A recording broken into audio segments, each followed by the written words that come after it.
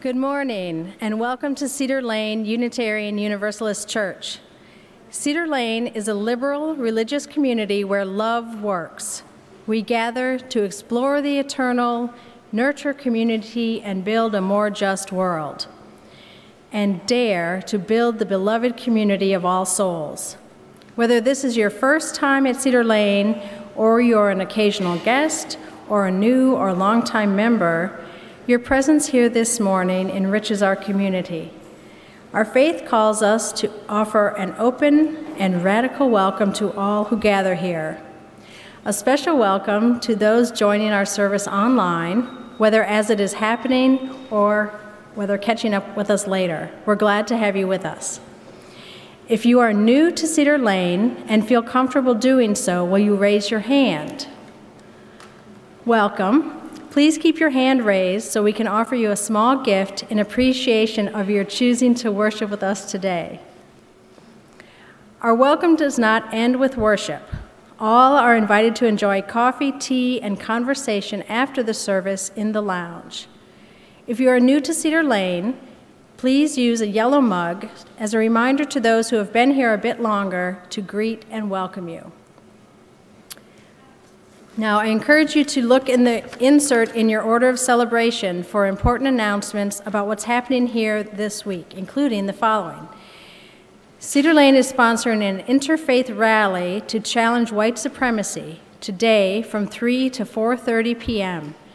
If you plan to attend, please consider carpooling and parking on Culver Street, Cedar Lane, or in the lower parking lot if you have the time and the ability to walk to the building.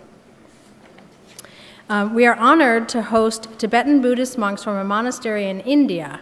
They'll be creating a sand mandala, which you can observe, and there are also many other activities. So you should see this schedule, and I know the schedule is posted around the building. But please participate. It will be a very wonderful experience for all. We also wanted to mention that there is a new member orientation today after the service in the library. Starts at about 11:15. It will go about an hour. So please join in that. And finally, as an early warning, we'll be going back to 2 services at 9 and 11 a.m. beginning on Sunday, September 10th.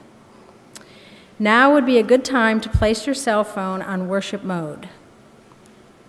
As some of you know, our senior minister, Reverend Abi Janamanchi, has been on study leave and vacation. We're delighted to have with us 3 guest speakers this morning: Carol Rogentine, a member of Cedar Lane, Alicia Bazan, and Catherine Brousseau, who have all been involved in Buddhist practice for many years. They've attended many retreats, and they have a regular meditation practice.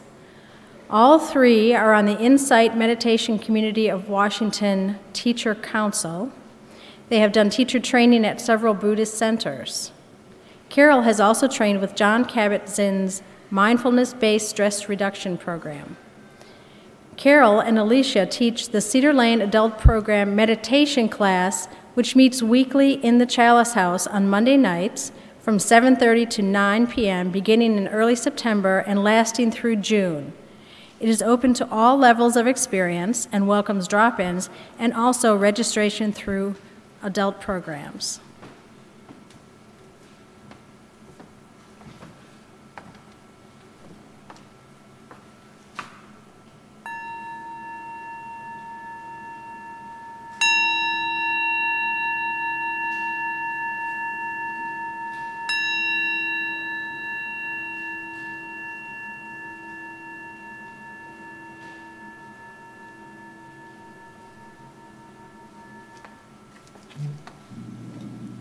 Namo tasse bhagavato arahato samma sambuddhasse.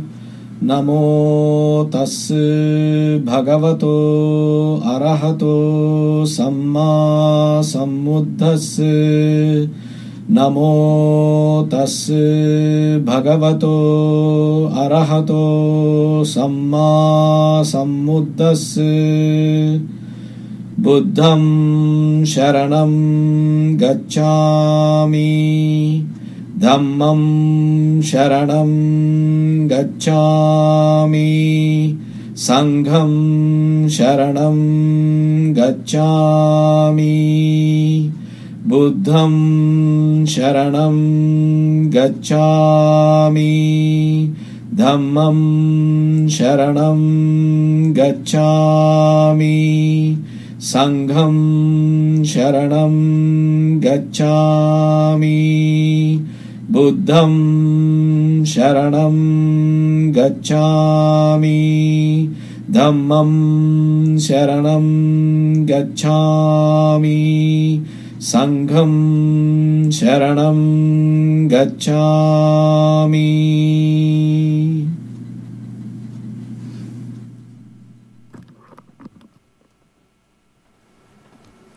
As Sandy Pike, Lori Richardson, and Diane Yonches, members of the Adult Program's meditation class, come forward to kindle the chalice, symbol of our free faith, please rise in body and or in spirit in unison, to speak in unison the chalice lighting words printed in your order of celebration. 10,000 flowers in spring, the moon in autumn, a cool breeze in summer, snow in winter. If your mind isn't clouded by unnecessary things, this is the best time of your life. Please remain as you are for the opening hymn, Be Ye Lamps Unto Yourselves, number 184 in the gray hymnal.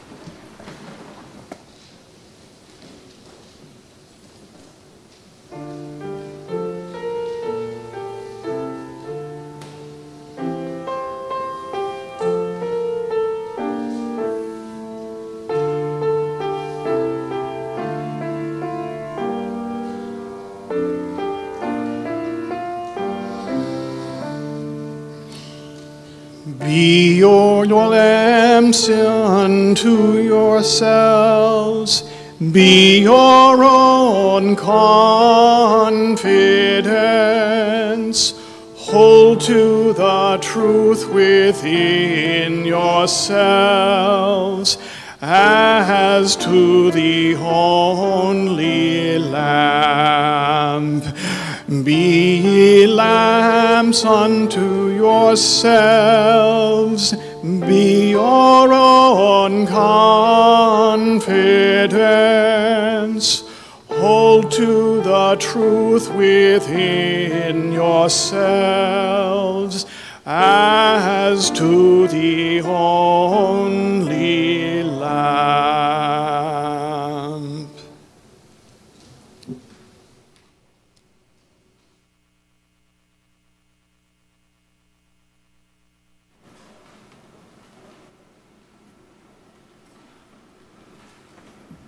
Good morning. I'd like to start with a story about a monk, a tiger, and a strawberry.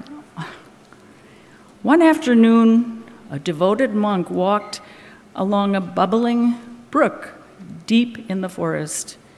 He gathered water there every day, and when he knelt to dip his bucket in the water, he heard the bushes rustle behind him.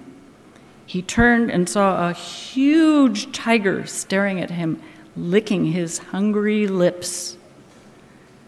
The monk jumped up, dropped his bucket, and fled. The tiger leapt after him, and the monk ran deep into the forest, deeper than he'd ever gone before, and he just kept running and running. The tiger kept chasing him. The thick foliage ended at a steep cliff. The monk stopped short and looked over the edge. He saw sharp rocks hundreds of feet below. If he jumped, he knew he would die. The tiger began to pounce. The monk thought that dying on the rocks was better than being eaten alive. So he jumped, and he grabbed desperately at vines and roots on the cliff walls to slow his fall. And he caught hold of a thick vine which stopped his fall. And he looked up at the growling tiger above. He looked down at the rocks below. And at that moment, the monk saw a plump red strawberry hanging on the vine. He forgot the tiger. He forgot the rocks. He plucked the strawberry and popped it into his mouth, and he bit down slowly and savored the delicious sweetness.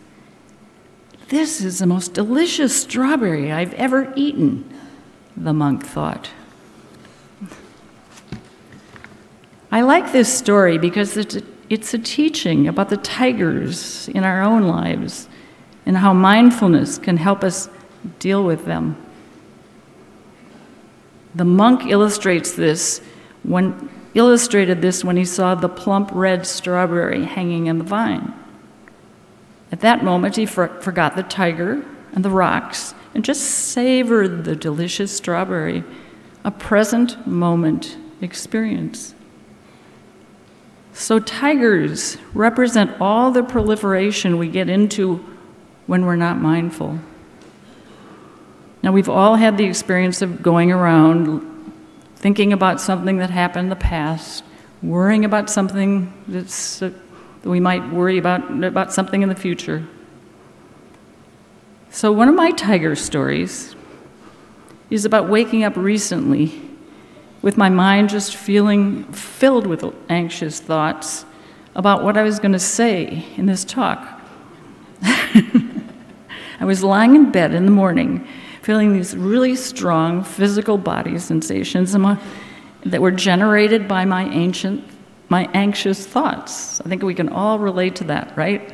Anxious thoughts, strong physical body sensations that drive us crazy. So I got up and looked out the window at my beautiful backyard. First, I saw this blue jay flying over my fence. And then I saw a beautiful robin sitting in my flower pot. And I saw my red knockout roses with the red, vibrant flowers. So mindfulness brought me out of my anxious thoughts into the present moment.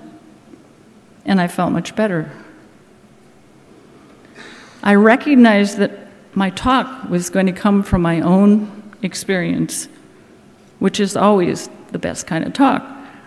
The talks that I remember when other people give talks.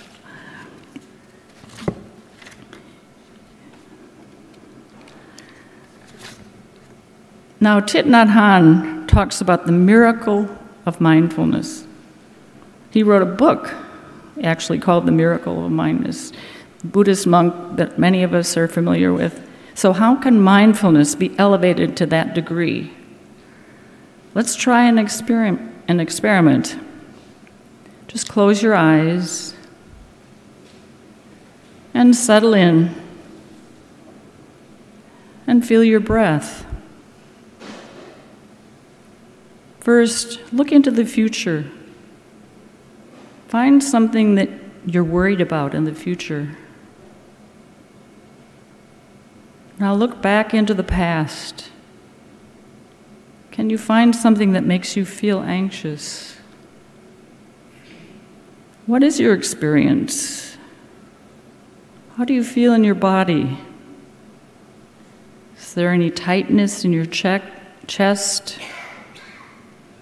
your belly, your abdominal area, your shoulders?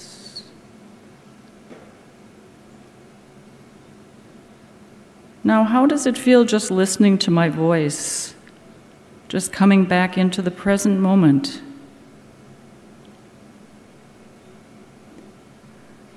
Now you can open your eyes. So mindfulness is really about moment-to-moment awareness. Bhante Gunaratana, the abbot of Bhavana Society in West Virginia, describes mindfulness as a clear awareness of what is happening as it happens. A clear awareness of what is happening as it happens. So one thing that mindfulness does for me is to bring joy into my life. Joy arises when I awaken to the beauty around me. I just came back yesterday from a family reunion in the Outer Banks. I went to the beach with 10 members of my grandkids and my daughters and the whole family. We were together for a whole week. And I would often wake up early and just stand on the upper deck of our house to just drink in the beauty of the stars and the black sky and the dark sky. And there was a sliver of a moon that was reflected on the water, on the ocean. And I would listen to the sound of the waves just crashing against the shore. And this was just one of the best parts of the day for me. Joy arises with connection with my friends, my families. It arises with my connection with all of you also, just coming here to Cedar Lane. So some suggestions for bringing mindfulness into our lives include bringing mindfulness into just one activity during the day. You may think, well, I can do that, that's easy. But it's really quite difficult. Just try bringing your attention to brushing your teeth in the morning. I do that sometimes. And by the time I'm getting dressed, I'm no longer mindful, and I often don't even notice it. So just finding one thing if you can. Look at the ways that you're not mindful. The word Buddha means awake. And it's a huge accomplishment if we can see when we're not awake. I have this gorgeous hibiscus plant by my porch, and the other day I noticed that I saw that it had about 5 flowers, and I had been walking in and out of my house without even noticing it at all. Another thing that helps is try to find times during the day when you can pause for a moment or two and just bring attention to your breath or your body sensations. Again, this is difficult to remember to do, so it helps to have mindful triggers, such as pausing for a moment before you answer the phone, or maybe putting something on your computer to remind yourself. And then Catherine has this wonderful thing about stopping at red lights and noticing whether the light is a 1-breath light or a 2-breath light. Thank you, Catherine. If possible, do one thing at a time. And this is difficult. Again, I'm often guilty of checking my email while eating a sandwich or yogurt, and I end up with food on my shirt, yogurt on my keyboard. I'm sure you all can relate to that. And a meditation retreats, the meals are in silence, and it's really wonderful just to sit in silence and just notice the jaw moving and just savor the wonderful flavors. So what's harmful to mindfulness? Tiredness, being overextended, taking on too much, not prioritizing, many, many things. I have more trouble remembering to be mindful when I don't make time for my sitting practice in the morning. What's helpful to mindfulness are, well, for one thing, group support. Come to our meditation class on Monday nights, starting in September, that Mary mentioned. We welcome you. Walking in nature, practicing loving kindness. I start my meditation often with doing loving kindness for family, friends, people that I know are having a pretty tough time, for myself sometimes when I'm having a tough time. So what are the benefits of mindfulness? The benefits of mindfulness, just remember 4 words: insight, wisdom, peace, and compassion. Insight into how our minds are all over the place. We can see the wisdom of paying attention. And this can lead to more peace in our lives, which can lead to compassion for ourselves and for others.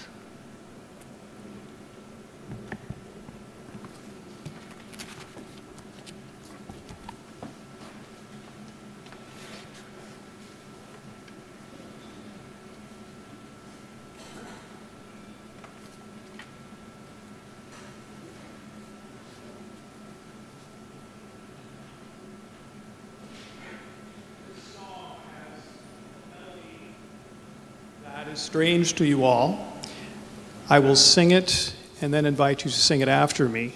And we will do that 3 times within this meditation. I will sing and invite you to respond.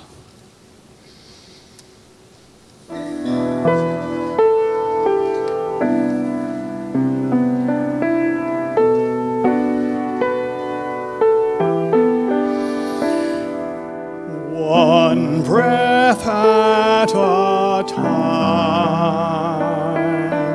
it is enough to take one breath at a time. It is enough.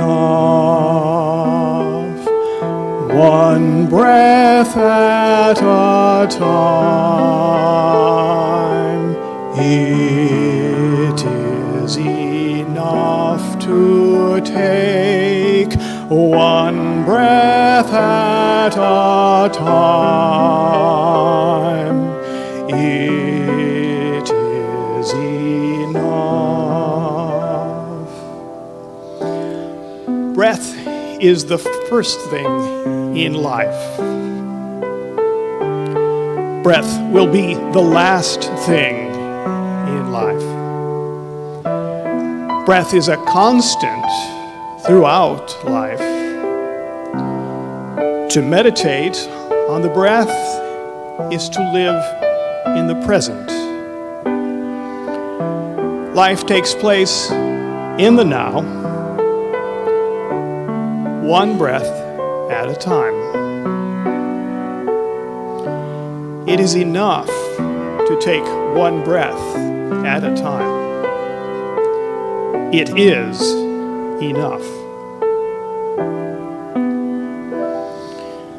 One breath at a time. It is enough to take one breath at a time. It is enough. One breath at a time. It is enough to take one breath at a time.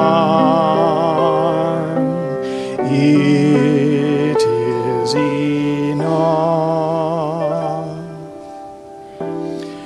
Let me walk in awareness. Each step moves me through life. Each step taken is a blessing. To meditate on my step honors each small progress. Life takes place in the now, one step at a time. It is enough to take one step at a time. It is enough. One step at a time. It is enough to take one step at a time. It is enough. One step at a time. It is enough to take one step at a time. It is enough.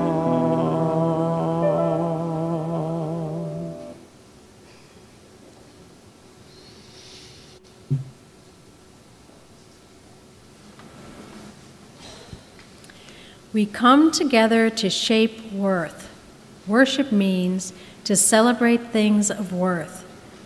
One of the ways we do this is by honoring the bonds of community and working together toward healing, hope, joy, and love.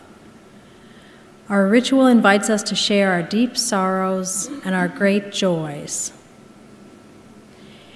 Cedar Lane member Helen Strang is in Wilson Healthcare at Asbury Village, room 402, and would be happy to receive visitors.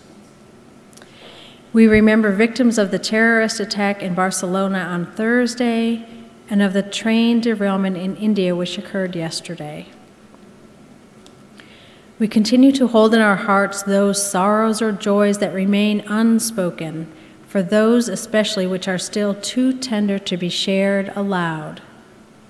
We also remember all those whose lives are lost and whose loved ones' lives are lost or affected by violence and disasters in our world. May love's light shine beyond death. May hope resound in our hearts and lead us from loss to healing. May healing follow pain. May what is good in us and beyond us help us make good on our promise to love our siblings and heal our broken world. Please continue with us now in a space of silence for prayer or meditation as you are called.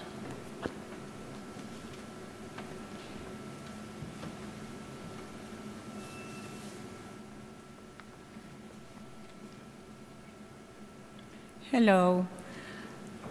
I'm very honored to be here today. This is the first time I speak with a microphone since I was in high school. So my apologies if I'm a little shaky, but I'll try my best.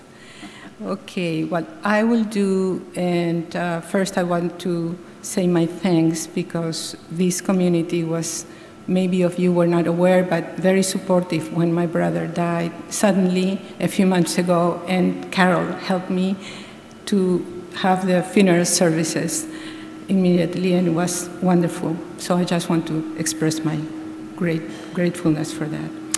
Okay, so we'll do a little meditation on the breath, and I would like to invite you to close your eyes, please, and sit comfortably on the chair. We will establish mindfulness of breathing. The first thing is to ask yourself, what is going on for me right now with my body? Where do you feel your breath as it comes in your body? In the nostrils, maybe in the throat. Breathe in and out mindfully, but allow your body to breathe in and out. Bring the breathing from your head to your body. Don't think that you're breathing, just feel the breath in your body. It's your body with its wisdom that knows how to breathe in and out. You don't have to say anything, impose anything, or direct your breath in any way.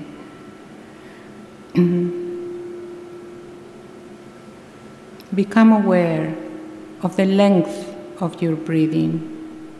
Is it long or short, smooth, choppy, shallow, or deep? Whatever it is, it's what is. We don't judge our breathing. It's the most sacred way of the body to manifest life. As the prayer, the song said, is the first thing we experience in life, and is the last thing we will experience as we transition.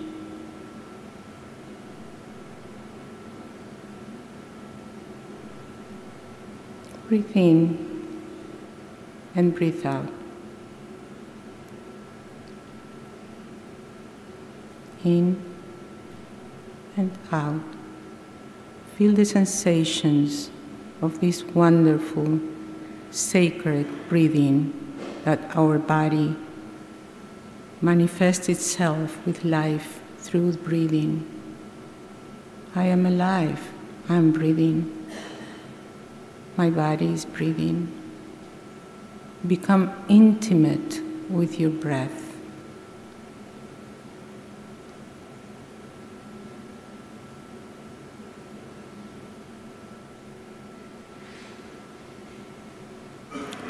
Contemplate the entire breath. The entire breath means that it has a beginning, it has a middle, and it has an end. And in that sense, each breath replicates life. It has a beginning, it has a middle, and it has an end.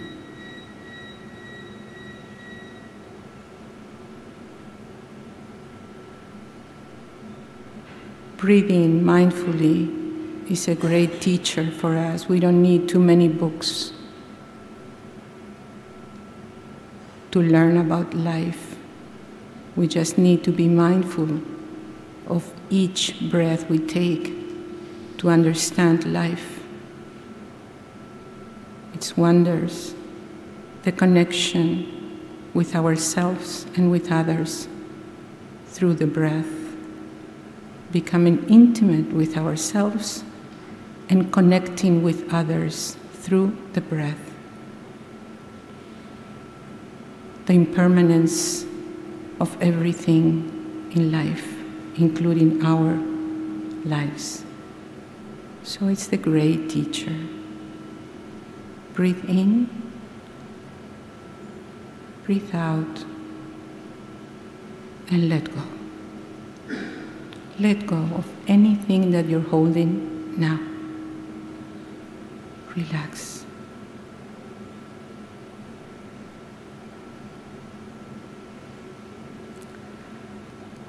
Now shift from the breath to the entire body. The effect of the breath in the whole body. How is my body manifesting life now? Warmth, solidity, pressures, releases, tingles, flashes, tightness. Whatever it is what is. Become aware of those sensations in the body that are shifting all the time, constantly, and experience the changing nature of life in your body. Now locate geographically the sensations in the belly, in the swelling of the chest, in the lifting and subsiding, and relax into what is.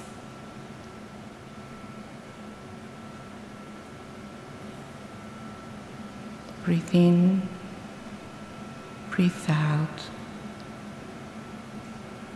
Be aware of this sacred life in you now.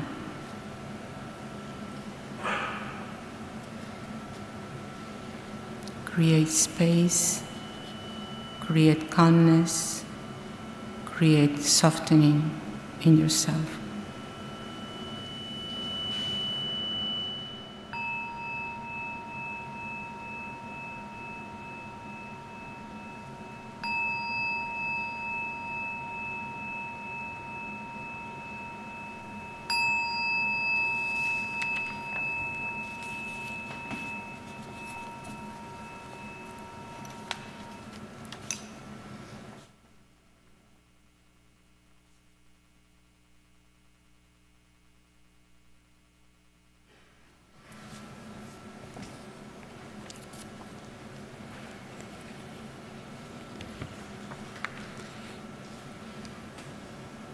Mindfulness as it manifests here in the West.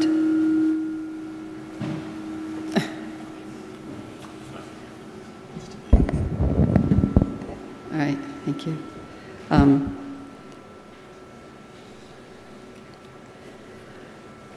Has its origins in the teachings of the Buddha 2,500 years ago.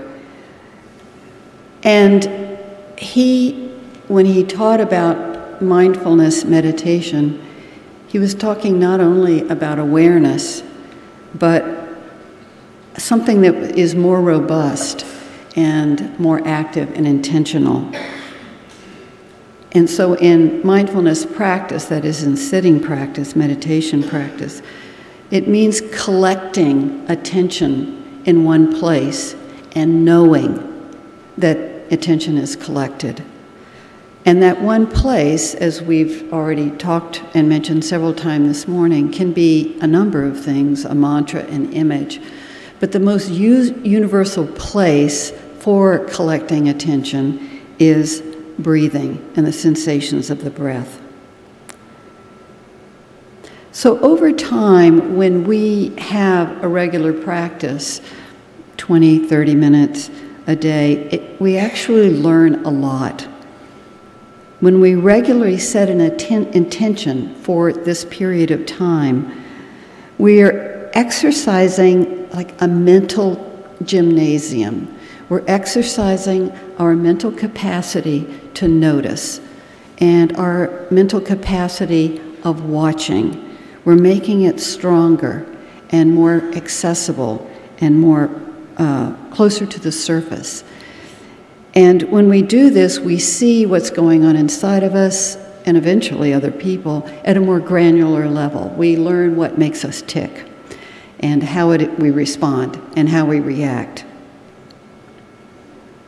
We notice the movement of the mind in addition to the sensations of the body. There are two sort of experiences that pretty much everyone deals with in mindfulness meditation. And the first one is the intrusion of thinking, wandering mind. These can be verbal thoughts, they can be visual images, they can be mental dramas that we play out, stories about the past, or worries, or anticipation of the future, an upcoming event, a trip that I'm taking, a memo that I have to write. And so when we are meditating and our mind wanders, then we bring it back again and again. And this is not that we stop meditating when we're thinking. It's important to remember that if we set an intention for, say, 20 minutes, when thinking arises, that's part of the meditation. And we can learn from that. The second sort of experience that everybody has around meditation, mindfulness meditation, and thoughts is the desire to get rid of thoughts, this wanting to push them away, to feeling frustrated by the fact that they're arising. The Tibetans have a saying that is, mind secretes thought. That's something that mind does. And that's an important piece of wisdom because we learn that this is a very natural phenomenon. So if that's what mind does, then how do we deal with this constant arising of thoughts?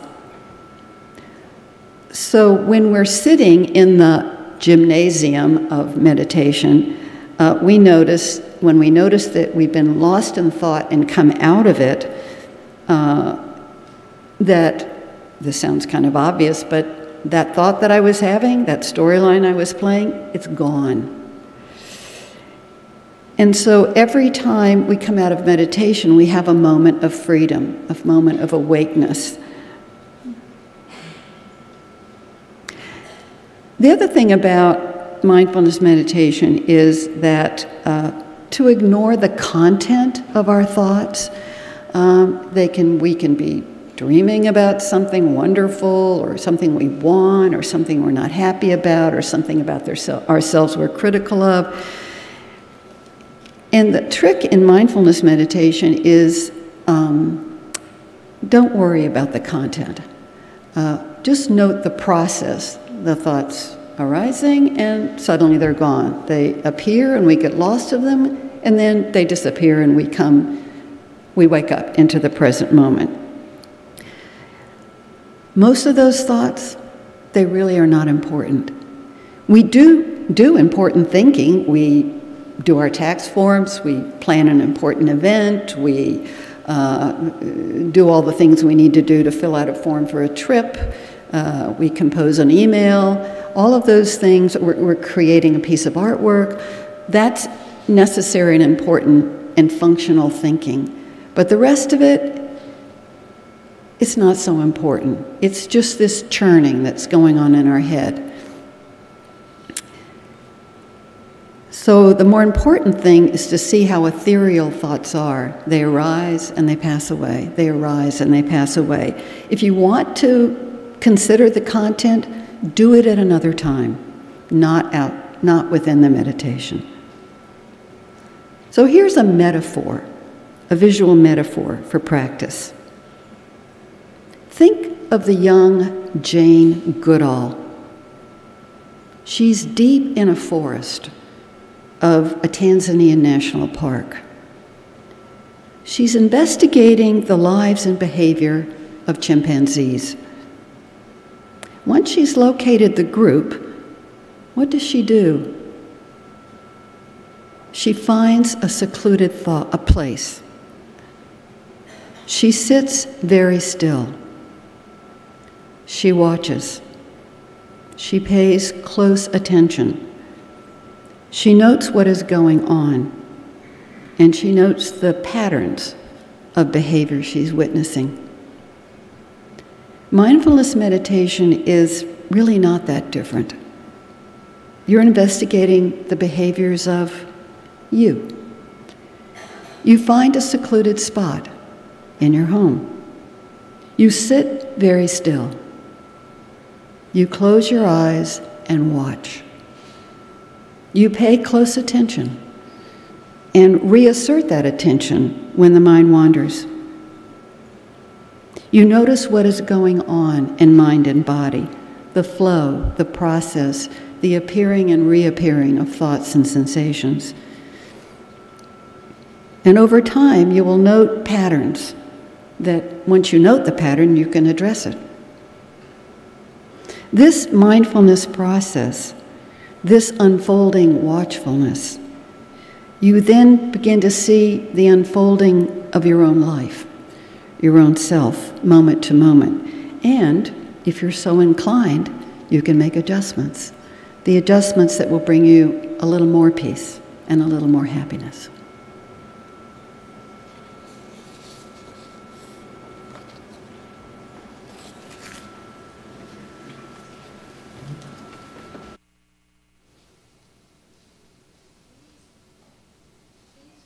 In body and or in spirit to sing hymn number 1031 in the Teal hymnal, Filled with Loving Kindness.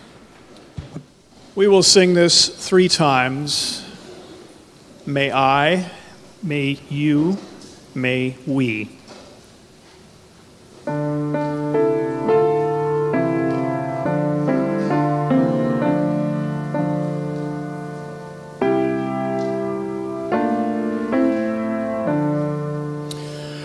May I be filled with loving kindness.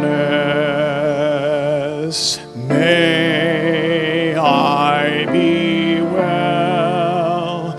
May I be filled with loving kindness. May I be well. May I be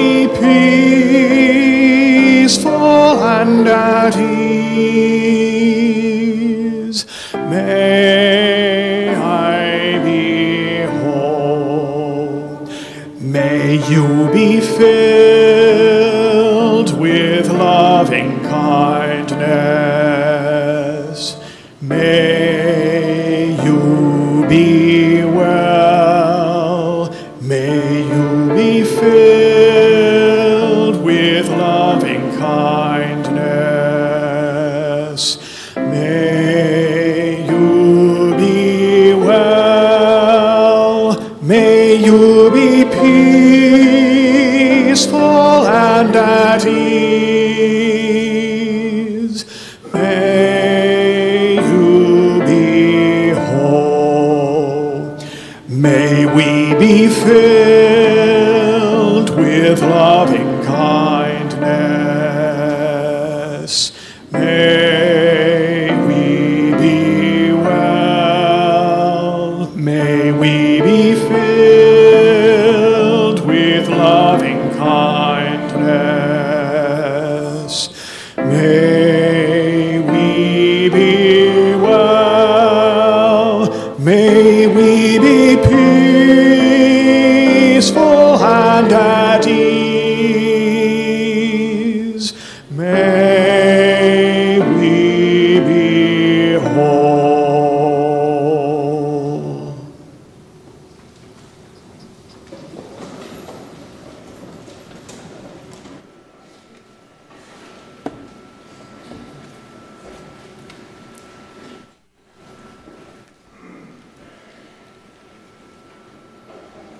Hello again. Now we are going to share some reflections about this wonderful loving kindness. So, what is it, loving kindness? Actually, what is it? How does it feel? What does it represent for each one of us in our lives? In Pali, the language in the times of the Buddha, the word was metta. And I would like to refer to metta as loving kindness and much more friendliness, caring for each other, caring for ourselves. So, loving kindness for each one of us manifests in different ways. It's not a recipe that we can read on a book or brochure, what is loving kindness. We have to feel it, we have to live it, we have to make it intimate in each cell of ourselves. Even when we feel a little aversion or irritation, loving kindness is deeper than that. So metta, or loving kindness, is an unhesitating friendliness, an unhesitating caring, an unhesitating connection. So basically, is the essence of our lives. Without that, we are like dead, walking dead in life. And so it's worth it looking for where loving kindness is in our hearts, in our lives. Where is it? How can we bring it to the surface? How can we water the seed that is already there and that sometimes we cannot see clearly or easily?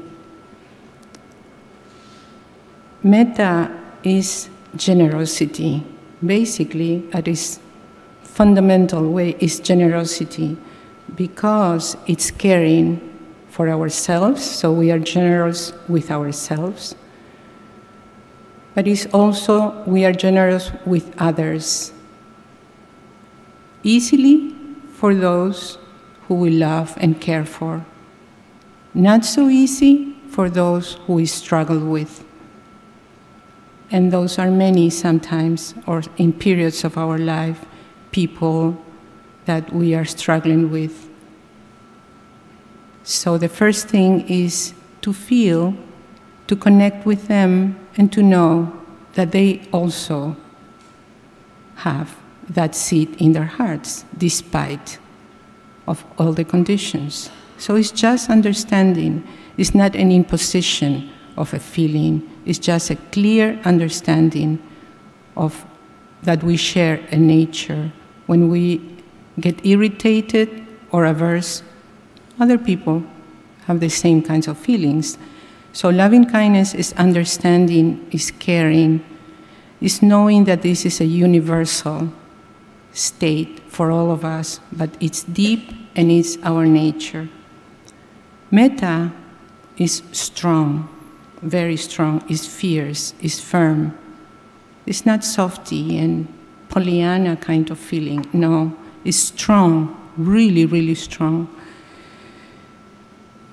We don't allow violations of our sacred space, but we don't feel aversion towards others. We can set limits when we feel metta, because it's there, it's big, it's strong. Metta is a tool also. It's a tool that allows generosity and kindness to be applied to all beings, despite who they are. Metta is also an aspiration. We practice metta every day, either on the cushion and off the cushion. We don't need to be sitting on a cushion to practice metta. We can just be walking on the street, look at someone, and feel metta, open the heart. Is the heart opening? That's what's metta, is the heart softening, is putting down the barriers that we always put, taking out the mask, and just facing life and connecting with what life offers to us. Now I would like for us to practice metta for a few minutes and see how we can connect with our hearts. May you close your eyes, please.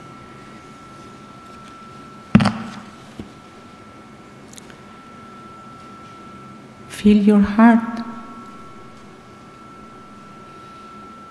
Bring yourself to your heart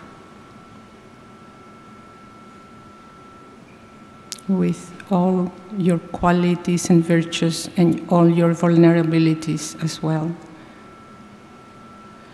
May I be safe and protected.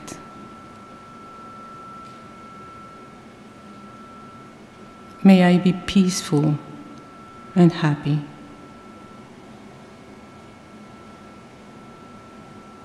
May I be healthy and strong.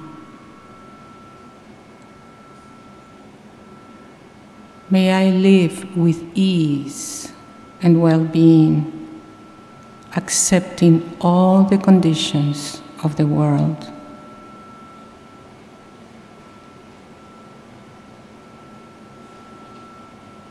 Now bring someone who has been or is a benefactor to you and repeat the same sentences.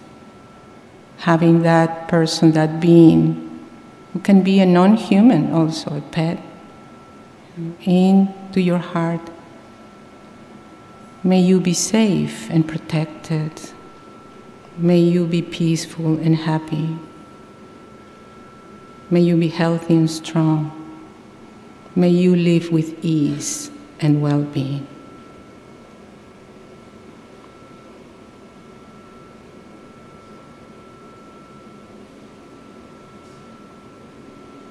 Bring now someone who you dearly love, who is close to you, close to your heart. May you be safe and protected. May you be peaceful and happy. May you be healthy and strong. May you live with ease and well-being.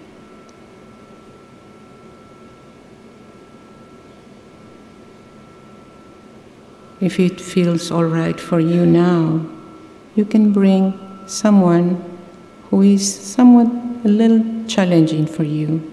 See whether you can repeat these sentences from your heart for that person. May you be safe and protected. May you be peaceful and happy. May you be healthy and strong.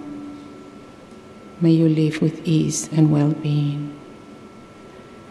And now visualize a circle, a group of people, a big circle of many beings, those who you have never seen maybe, new faces, different ages, different nationalities, different colors of skin, different clothes, all different.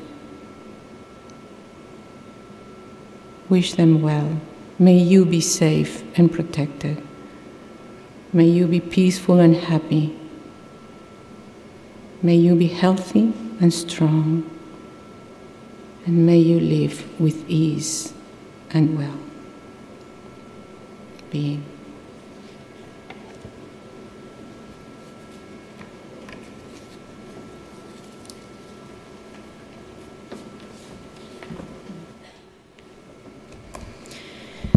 As the ushers come forward, we are reminded that all may participate in the life of the congregation with the gifts of their minds and hearts, their skills and time, their wisdom and their vulnerability, the gifts of their livelihood and the gifts of their commitment. Whether on Sundays at this time, whether by electronic means or gifts in a plate, we offer of ourselves to make community happen. The offering to sustain the mission and ministry of Cedar Lane Unitarian Universalist Church will now be given and gratefully received.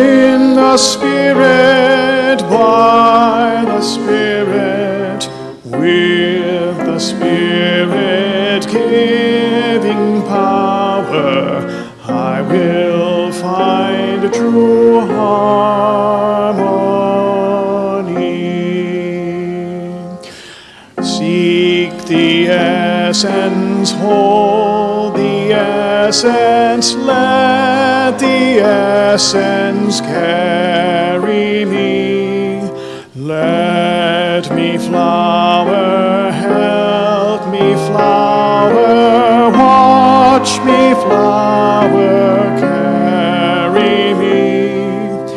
In the Spirit, by the Spirit, the Spirit giving power, I will find harmony.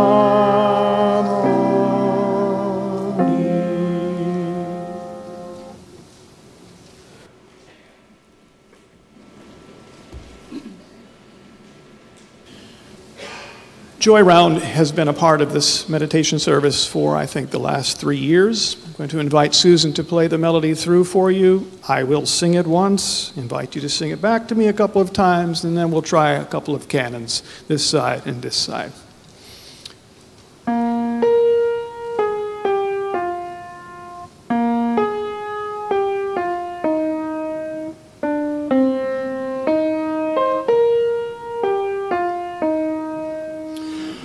Let joy fill your heart. Sorry, this is my turn. May peace be your goal. May joy, peace, and love make us whole. Your turn. Let joy fill your heart. May peace be your goal. May joy, peace, and love make us whole. Let joy fill your heart. May joy be your goal. May joy, peace, and love make us whole.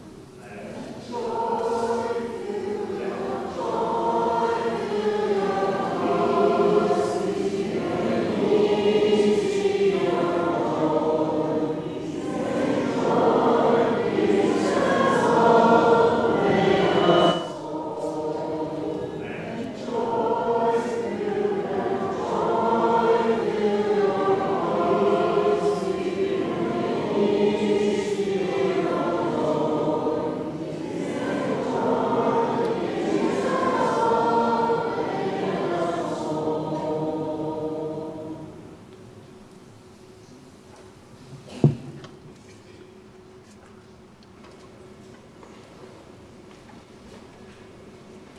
Try to be mindful and let things take their natural course.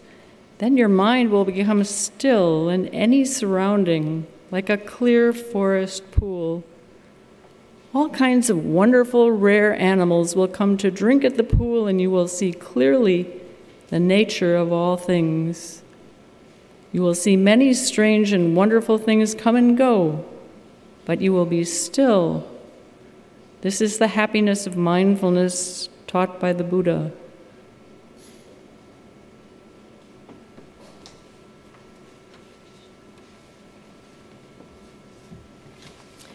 Please remain seated for the postlude.